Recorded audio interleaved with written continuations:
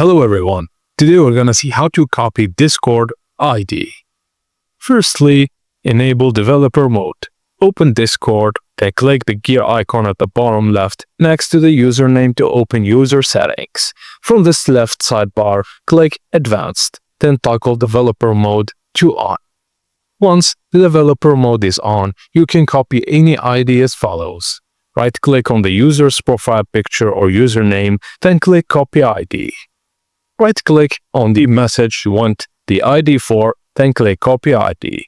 Also, to copy a server ID, right-click on the server icon on the left sidebar, then click Copy ID. Now use Ctrl+V to paste into the notepad, document, or anywhere you need the 18-digit ID. Thank you guys for watching, and please don't forget to like and subscribe for more.